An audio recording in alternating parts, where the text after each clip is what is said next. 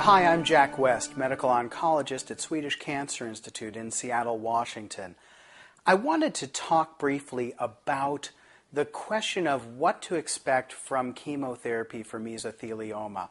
I'm going to focus on the most commonly prescribed and FDA-approved regimen for mesothelioma, which is called cisplatin and Alimta, or pemetrexed. This two-drug combination is given by vein, typically given every 3 weeks, and it can be a challenging one, and it is not something that everyone is ideally suited to receive.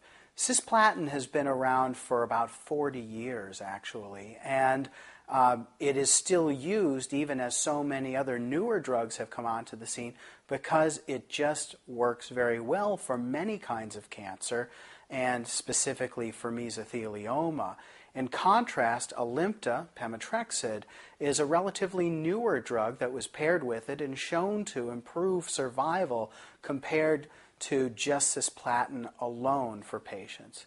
So cisplatin is given by vein, and it has some of the side effects that I think many people think about when you envision chemotherapy. It can cause a good bit of nausea and vomiting, although one of the biggest advances in cancer treatment over the last several decades has been the remarkable improvement in nausea medication that we have available. And so that really reduces the risk of it being a severe problem in patients.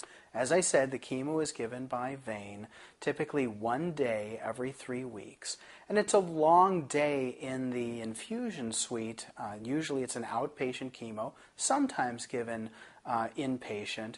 But it's a long day because cisplatin needs to be given along with a lot of fluids, hydration IV, which is essentially just seawater, saline, given before and then after the chemotherapy in order to flush it out and help protect the kidneys as well as possible. Cisplatin can also cause numbness and tingling in the fingers or toes. This is called peripheral neuropathy, and it tends to get gradually a little worse over the course of ongoing treatment over many cycles, many months. And it can also cause hearing loss or ringing in the ears called tinnitus or tinnitus. In contrast, Alimta tends to be very well tolerated. It doesn't add a lot of additional side effects. It does drop blood counts, as most of our conventional chemotherapies do. And with that drop in blood counts, there is some pretty much invariable fatigue in people. And it really just varies whether people have a little bit of fatigue for a day or two after, or fatigue that lasts for a week or longer in that 3-week so-called cycle of time when you've completed chemotherapy, blood counts go down over the next 10 to 14 days, and then in the last week before we tend to do chemotherapy again, the blood counts have come up to a point where it is safe to repeat the chemotherapy.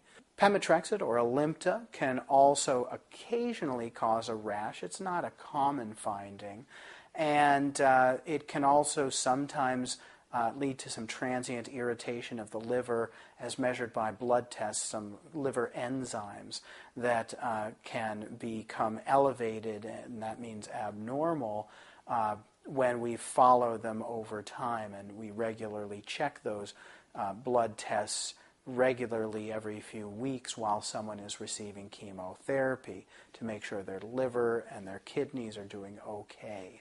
Importantly, Alimta and this combination of cisplatin and Alimta don't actually cause people to lose hair, except in rare cases. It's really not a regimen that is associated with any appreciable hair loss. So the main issues are really fatigue, sometimes nausea, numbness and tingling that may occur, possibility of hearing loss, also relatively uncommon. And sometimes people with their decreased blood counts may need a transfusion along the way, but this is something that can be managed. There are certainly also rarer side effects, but the highlights are really the ones that I mentioned. So those are the main points, and I will emphasize that the results will vary from patient to patient. In any one person, we really can't know how they're going to do until you give that first cycle and see how it goes. I regularly see and discuss their side effects with them afterwards, and if patients have such a hard time that we're concerned that the treatment is worse than the disease or just infeasible, we'll make changes, whether it's dose reductions or substituting another drug, things like that.